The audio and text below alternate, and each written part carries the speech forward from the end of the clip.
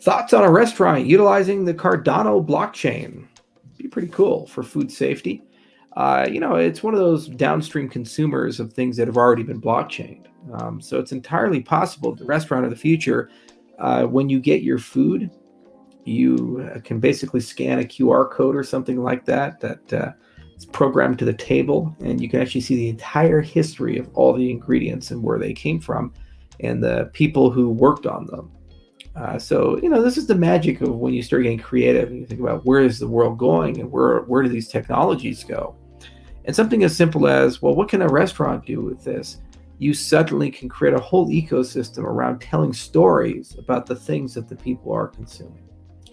And it works both ways. Customers as well as the providers, you can know about famous people who worked at the restaurant, famous people who have eaten at the restaurant. You got all these beautiful check-in systems for them. A great example is when I was at CU Boulder, I used to eat at this restaurant nearby CU Boulder called The Sink. It's a very old pizzeria, very famous one, and the ceiling of The Sink has all these beautiful hand-drawn pictures and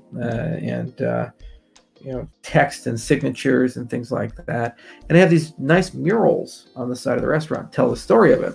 Well, Robert Redford was the janitor there way back in the day, like the 1960s or 50s or something like that. And I just had so much fun always going there, and there was so much history that was there. And a lot of older restaurants, like the other day I ate at the Buckhorn Exchange. It started in 1893. It's the oldest restaurant in Denver. The owner of that restaurant was good friends with Teddy Roosevelt. And when they'd go hunting, he actually would get all the animals taxidermied, and he'd drag them back to his restaurant. So if you go to the Buckhorn Exchange, you will actually see the hundreds and hundreds of various animals that he hunted, from bears to skunks to wolverines and exotic birds and all these other things, alongside all the guns of the time. So they have cavalry rifles from the 1890s and these things. And the restaurant has so much history. 8 U.S. presidents have eaten there. Both the Apollo and the Gemini astronauts have eaten there. Great sports stars, governors, entertainers like Johnny Carson, Vanda White. It's a pretty eclectic place. And they tell you that because that's their shtick. But it'd be nice to actually have a system that lets you know these things on the customer side and also the employee side, along with the food and everything else. The point is, it's your imagination as an architect. And if I've done my job right, it's easy to build these things. And you can learn quickly from those who have built these things and pull these things into your business, and they scale very rapidly. That's the magic of great platforms. When cell phones came out, smartphones came out, and they had the App Store, then suddenly it was so easy to build all these experiences that previously would cost millions to billions of dollars or be just physically impossible. And you could make assumptions about your customers that you could never make before.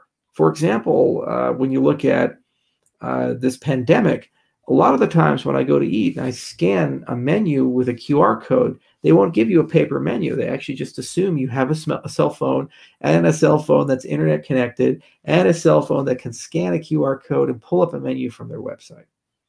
That would be an insane assumption, even just 10 years ago. But today, it's a reasonable one to make for most restaurants.